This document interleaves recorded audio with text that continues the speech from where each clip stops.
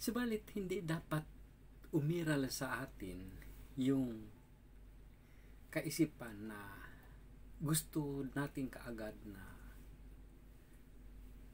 maging tanyag o maging dakila, no? So kasi ang kaisipan ng tao ay makilala kaagad siya, sa harapan ng maraming tao, makilala siya. So balit, ano po ang tinuturo ng Panginoong Jesus? Sabi niya po, hindi dapat ganyan ang ating pairalin, no? Sa halip, na kung sino man ang nais maging dakila ay dapat maglingkod. So, at ang sino man nais na matanyag, so dapat maging alipin. So, dapat nating maunawaan na maging ang Panginoon ay naparito upang maglingkod, no? Upang maglingkod, tama? So, alam natin na hindi po ganun kadali gawin ang mga bagay.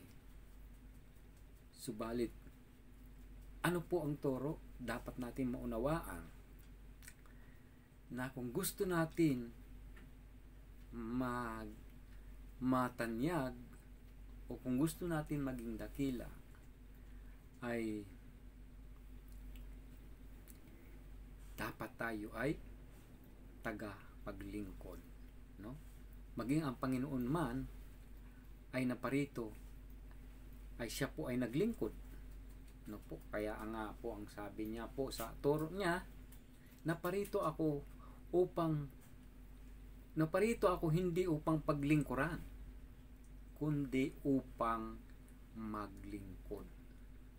So dapat po natin maunawaan na magamat napakahirap gawin o sa tingin natin imposible, pero iyon po yung pinapaunawa sa atin na ating Panginoong Jesus, na kung hindi tayo maglilingkod, kung hindi tayo magiging alipin, ay hindi rin po tayo paglilingkuran. Ano po? So, ano po ang pinaka significant na itinuturo sa atin? Kung alam natin ang sitwasyon ng mga bagay na mai-experience natin,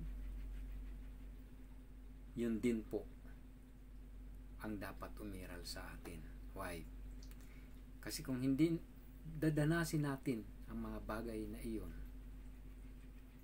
ay paano natin maitatayo? O paano tayo tatayo ng maayos at paano tayo magiging impluwensya sa iba? Sapagkat yun po yung pinupursyo po sa atin ng Diyos, na maunawaan natin na hindi basta-basta,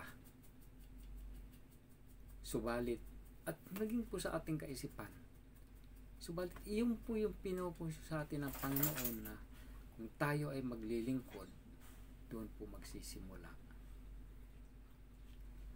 ang nais mo, sapagkat yun po yung pinupursyo sa atin ng Panginoon.